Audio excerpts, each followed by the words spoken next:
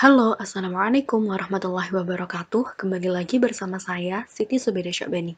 Kali ini kita akan mempelajari mengenai perpindahan kalor. Saat menyetrika, pakaian yang kusut kemudian berubah menjadi rapi. Kok bisa ya? Apa yang sebetulnya terjadi? Saat sendok yang terbuat dari logam dimasukkan ke air panas, apakah sendok menjadi panas pula?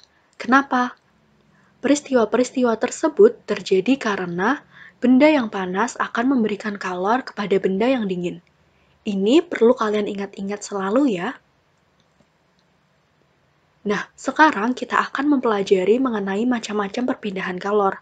Perpindahan kalor itu terbagi menjadi 3, konduksi, konveksi, dan radiasi. Panas atau kalor adalah energi yang berpindah dari suhu yang tinggi ke suhu yang rendah. Kalor tersebut memiliki satuan internasional berupa joule. Pada gambar ini, ketika kita memasak air menggunakan panci, maka akan terjadi 3 perpindahan kalor, radiasi, konveksi, dan konduksi. Kok bisa seperti itu? Mari kita dalami masing-masing perpindahan kalor. Perpindahan kalor yang pertama adalah konduksi. Konduksi merupakan perpindahan panas melalui bahan tanpa disertai perpindahan partikel-partikel bahan tersebut. Proses perpindahan kalor secara konduksi terjadi seperti ini. Saat kita meletakkan benda di atas sumber panas, maka saat suhunya naik, partikel benda itu akan bergetar lebih cepat. Partikel yang bergetar lebih cepat itu akan membentur partikel-partikel tetangganya, sehingga partikel tetangga juga akan bergetar semakin cepat. Akibatnya, suhu akan semakin tinggi.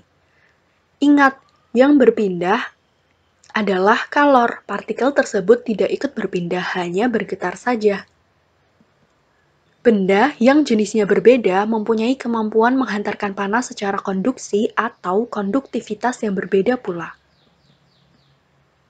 Bahan yang mampu menghantarkan panas dengan baik disebut dengan konduktor, sementara bahan yang menghantarkan panas dengan buruk disebut isolator. Ini adalah contoh konduktor dan isolator. Pada contoh konduktor ini, kemampuan menghantarkan kalor akan semakin baik jika letaknya itu di sebelah kanan. Misalnya ada timbal, baja, aluminium, emas, tembaga, dan perak. Sementara pada isolator semakin ke kanan, maka kemampuan menghantarkan kalornya akan semakin buruk. Misalnya ada air, bata, kayu, styrofoam, udara, dan hampa. Contoh peristiwa konduksi yang terjadi dalam kehidupan sehari-hari. Pada peralatan memasak ini, bagian yang bersentuhan dengan api menggunakan konduktor yang baik, sedangkan bagian pegangannya menggunakan isolator. Panas kopi dapat bertahan cukup lama di gelas kaca, karena gelas kaca merupakan isolator yang baik. Saat udara dingin, kamu berselimut di dalamnya. Selimut terbuat dari serat wol atau kapas yang bersifat isolator.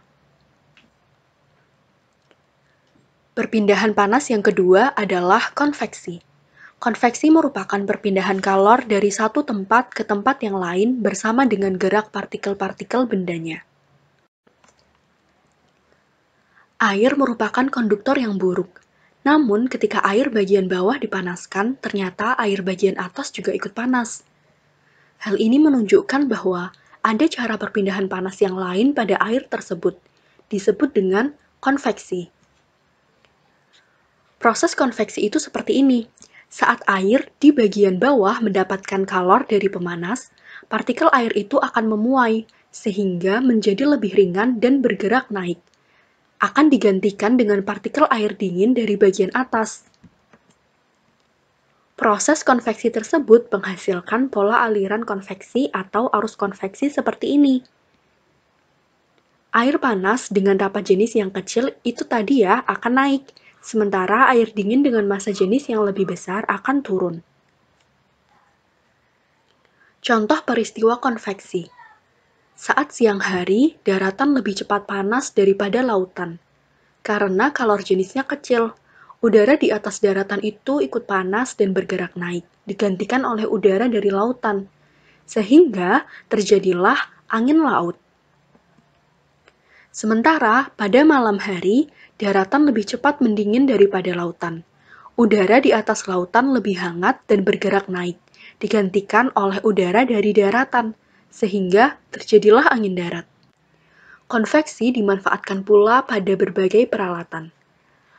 Elemen pemanas oven, pemanggang roti, magic jar, dan lain-lain biasanya terletak di bagian bawah. Saat difungsikan, udara di bagian bawah akan menjadi lebih panas dan bergerak naik, sedangkan udara bagian atas yang lebih dingin akan bergerak turun.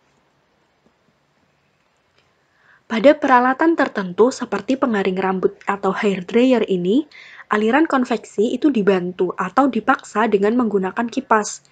Jadi, udara masuk terhisap oleh kipas yang berputar.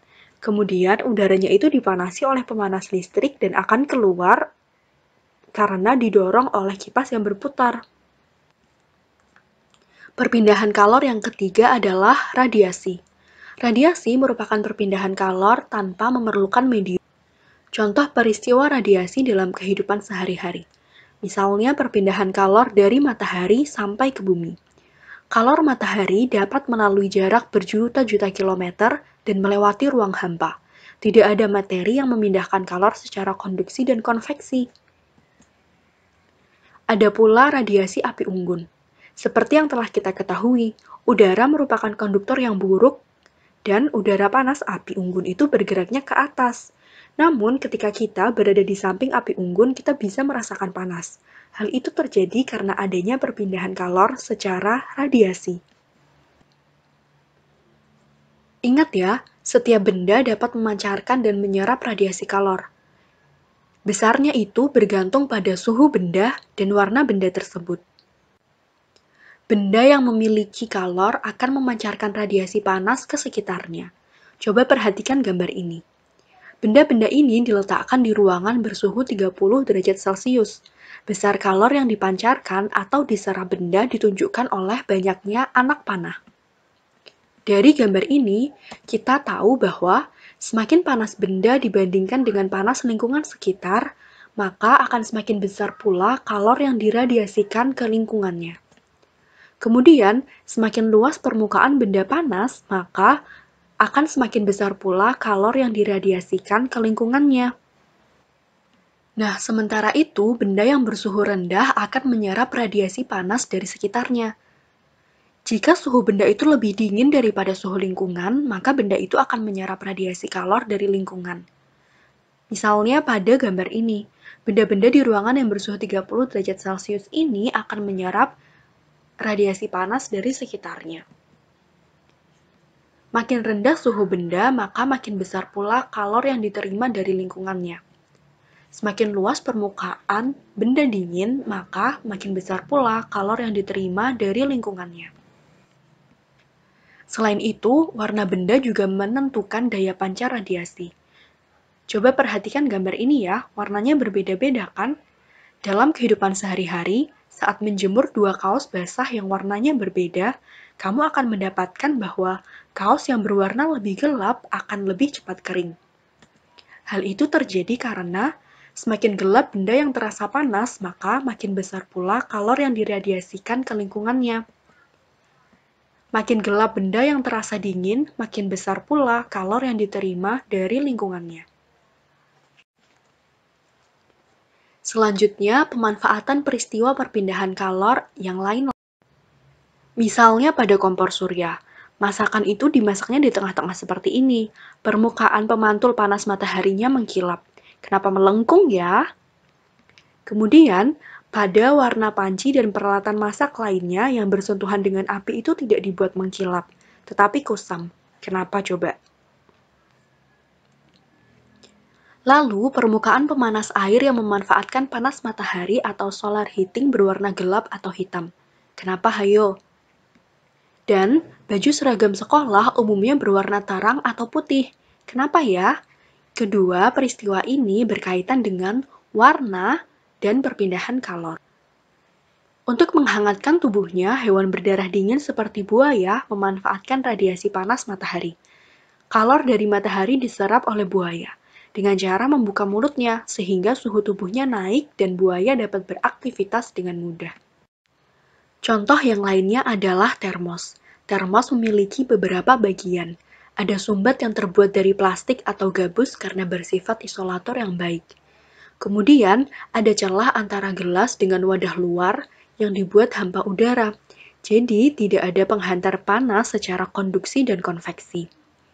Ada dua lapis gelas. Gelas merupakan isolator panas yang baik. Lalu, di bagian tengahnya, gelas dilapisi perak yang mengkilat. Dan yang kita saksikan adalah wadah luarnya. Terima kasih telah menyimak video ini hingga akhir. Wassalamualaikum warahmatullahi wabarakatuh.